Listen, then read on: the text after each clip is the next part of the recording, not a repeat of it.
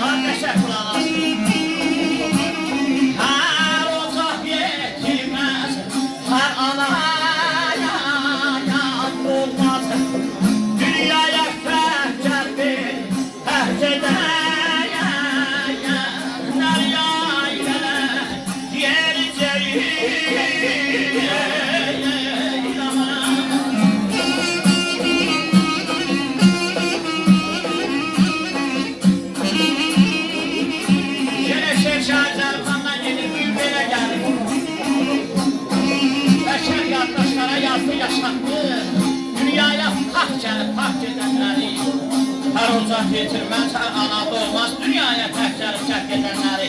Sən deyirsən Hüseyin əmi, hamı Köroğlu olar, yox, hamı Babək olar, yox.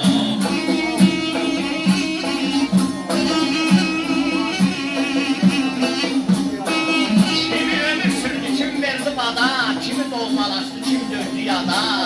Uzanan görmədim heç vaxt dünyada, Allah varlığına çək edənlər, ay canım, hadiyə. Yeah.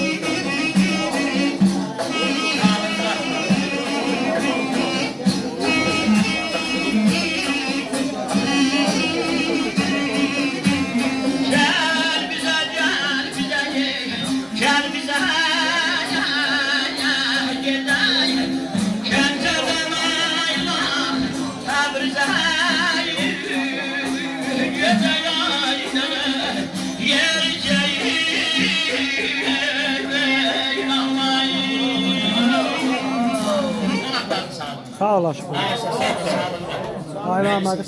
Kurban olun. Teşekkür ederim. Sağ ol. Yaşasın.